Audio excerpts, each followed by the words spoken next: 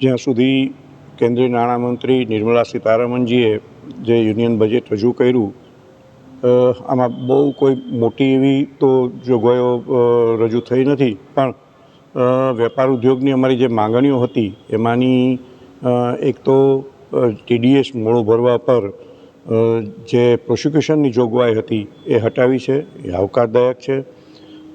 સાથે સાથે કોપર પર જે ટેક્સ ઓછો કર્યો છે એ પણ આવકારદાયક છે. સોના ચાંદીના ઘરેણાં ઉપર જે 10%થી ઘટાડીને 6%નો ટેક્સ સ્લેબ કર્યો છે એ પણ આવકારદાયક છે. જ્યારે વ્યક્તિગત ટેક્સ સ્લેબમાં 10 લાખથી ઉપરના જે 2 નવા ટેક્સ સ્લેબ ઇન્ક્લુડ કર્યા છે એ પણ આવકારદાયક છે. વિશ્વાસ તક કી જે સ્કીમ છે એ રજૂ કરી, એનાથી 2020 પહેલાંના જે કેસો છે એ અપીલમાં જવાના ઓછા થશે, એ પણ એક આવકારદાયક કલમ છે.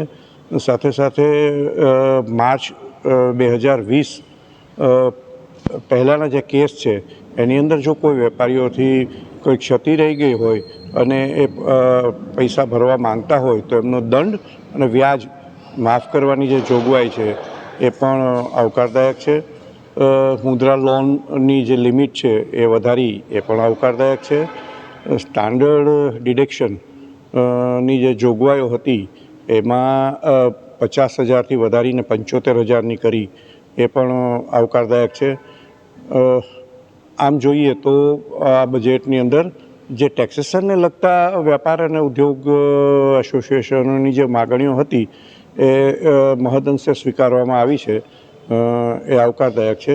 આ સિવાય કોઈ વેપાર ઉદ્યોગની કે લોકોની માગણીઓ હતી કે ટેક્સ સ્લેબમાં નવા જે ટેક્સ સ્લેબ છે વ્યક્તિગત કર સ્લેબ, એની અંદર કંઈ વધારે સરકાર રાહત આપે, પણ તો પણ 50,000 જેવી રાહત 2.5 લાખથી 3 લાખ સુધી કરી છે, એ આવકારદાયક છે.